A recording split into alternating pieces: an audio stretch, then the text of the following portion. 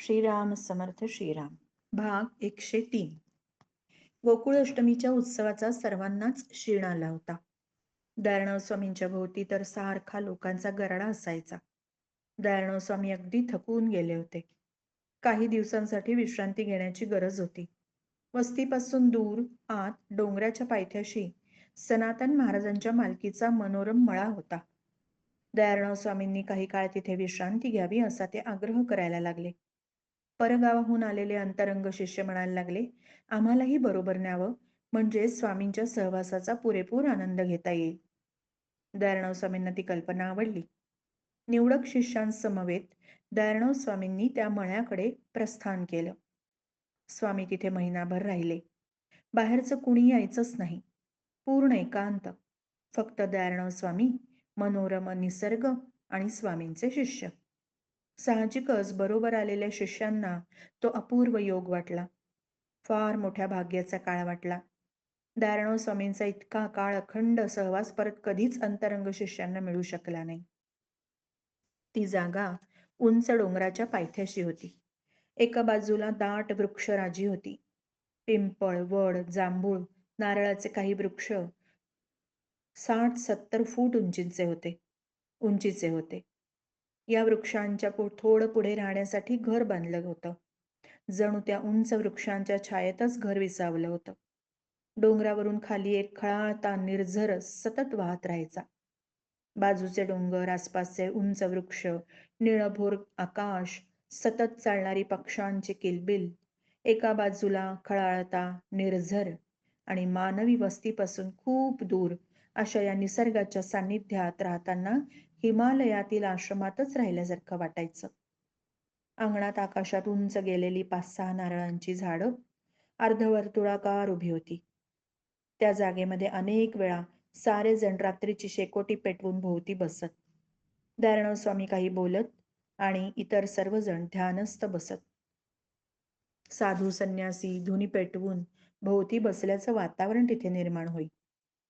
रोज पहाटे दयाळराव स्वामी निर्झरावर स्नानाला जात.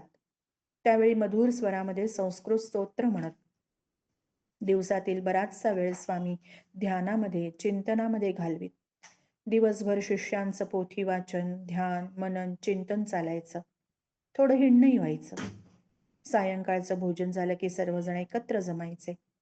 सगळेजण जमतात न जमतात तोच दयाळराव स्वामी धीर गंभीर पावलं टाकत यायचे. आपल्या आसनावर बसायचे. 2-3 तास तरी ही बैठक व्हायचीच. कधी कधी जास्त वेळही. गार वारा सुटलेला असायचा. सगळीकडे अगदी पूर्ण नीरव शांतता. आकाशामध्ये चंद्रबिंब, मधून मधून पावसाच्या सरी. कोणीतरी प्रश्न विचारायचं. दयाळराव स्वामी मोकळेपणाने उत्तर द्यायचे. ऋषीमुनींना आलेल्या दिव्य अनुभूती सांगायचे. अध्यात्म क्षेत्रातील गूढ रहस्यांवर प्रकाश पडायचा. दिव्य अनुभूती, उच्च प्रगाढ अनुभूती, अतींद्रिय राज्यातील दैवी गूढ संदेश, असं शिष्यांना खूप काही ऐकायला मिळायचं. ती संभाषणं शब्दातून व्हायची आणि शब्दा वाचूनही व्हायची. ते शब्दात झालेले संवाद आणि शब्दाविण झालेले संवाद शिष्यांच्या हृदयपटलावर कायमचे अंकित झाले. अतींद्रिय भाव राज्यातून स्वामींच्या मुखाद्वारे ज्ञानामृताचा वर्षाव होत होता. दयाळराव स्वामी सर्वांच्या शंकांचं निरसन करीत होते. सर्व शंका दूर करीत होते. त्यांच्या सर्व प्रश्नांची मोकळेपणाने उत्तरं देत होते. त्याचबरोबर त्यांना वैराग्य, दयाभावाचे धडे देत होते. शिष्यांचं धैर्य, उत्साह वाढवित होते. त्यांच्या मनामध्ये आत्मविश्वास निर्माण करीत होते. अनेक वेळा दयाळराव स्वामी स्वतःच्या ध्यानात किंवा चिंतनामध्ये मग्न व्हायचे. समोर बसलेल्या शिष्यांचा त्यांना विसर पडायचा. स्वामींच्या ध्यानावस्थेचा भंग होऊ नये असं शिष्यांना वाटायचं. ते जणू श्वास रोखून ध्यानमग्न गुरूंची परम पावन मूर्ती अनिमिष नेत्रांनी पाहत राहायचे. कधी कधी दयाळराव स्वामी आसनावरून उठून इकडून तिकडे येरझारा घालत अखंडपणे बोलत राहायचे. जणू तो त्यांचा आत्मसंवाद असायचा. स्वतःशीच बोलतात असा संवाद. कधी कधी दिव्य भावात स्थित होऊन स्वामी बोलायचे. काहीसे स्पष्ट, काहीसे अस्पष्ट, पुसटसे शब्द. सगळेजण स्थिमित होऊन त्यांचा प्रत्येक शब्द पकडण्याचा प्रयत्न करायचे, हृदयात साठवायचे. नंतर ते संवाद लिहून ठेवायचे. कधी कधी स्वामी मुक्त कंठाने अभंग गायचे. पूर्वी रचलेले, त्या दिवशी रचलेले, कधी कधी शीघ्र काव्यासारखे आपल्याला आयत्या वेळी स्फुरलेले. रागदारीत मधुर चालींवर सुरेख ताना घेऊन मधुर कंठाने त्याच त्या ओळी पुन्हा पुन्हा आळवायचे. एक दिवस ध्यानात येणाऱ्या अनुभूतींचा विषय निघाला. स्वामी म्हणाले, आपल्या अनुभूती कुणाला सांगू नये असं सांगतात, पण इथे सारे प्रगत साधक आहेत, इथे बोलायला हरकत नाही. स्वामी प्रत्येकाला अनुभव विचारायला लागले. सनातन म्हणाले, ध्यानाच्या वेळी एक ज्योत दिसते आणि मग असा प्रगाढ आनंद अनुभवाला येतो. वाटतं की जगातली सगळी सुख आनंद यापुढे, त्या आनंदापुढे अगदीच अळणी आहेत. हलधर म्हणाले, मला अनेक ज्योतींचे समूह दिसतात आणि असा आनंद मिळतो की ज्याचं वर्णनच करता येणार नाही. पद्मनाभ म्हणाले, मला ओंकार ऐकू येतो. वैजयंत म्हणाले, मला कधी सागर लाटांसारखा घन गंभीर आवाज ऐकू येतो, तर कधी मला वासरीचे सूरही ऐकू येतात आणि ते सूर इतके गोड वाटतात की मन वेडावून जातं.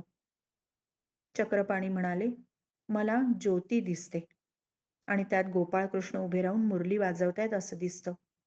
ते सूर इतके मोहक असतात, मन आनंदाने बेहोश होतं. दयाळराव स्वामी हसून म्हणाले, योगोपनिषदात सांगितलंय, ध्यानामध्ये 10 प्रकारचे अनाहत नाद ऐकायला येतात. त्यातला फक्त मुरलीचा नादच रंजक आणि आनंद देणारा असतो, बाकीचे रंजक नसतात. 10वा मेघनाद ढगांच्या गडगडाटासारखा असतो, पण अध्यात्म साधनेच्या दृष्टीने तो फारच महत्वाचा आहे. तो ऐकला की मन स्थिर होतं.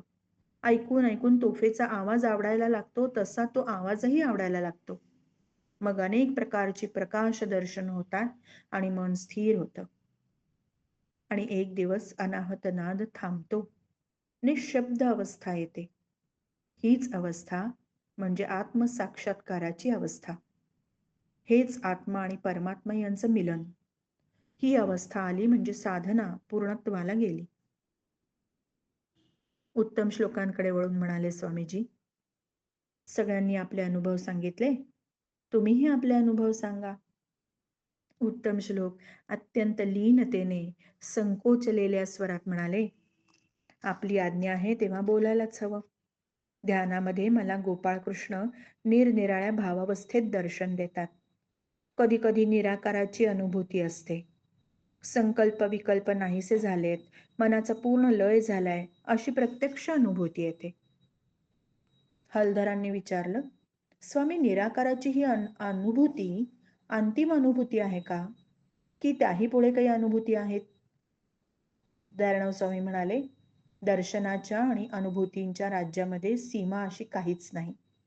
जितके पुढे जावं तितकं आढळून येतं की हे अनंत आहे. अनंत, अगदी अनंत. निरनिराळ्या अवस्थांमध्ये निरनिराळे अनुभव येतात.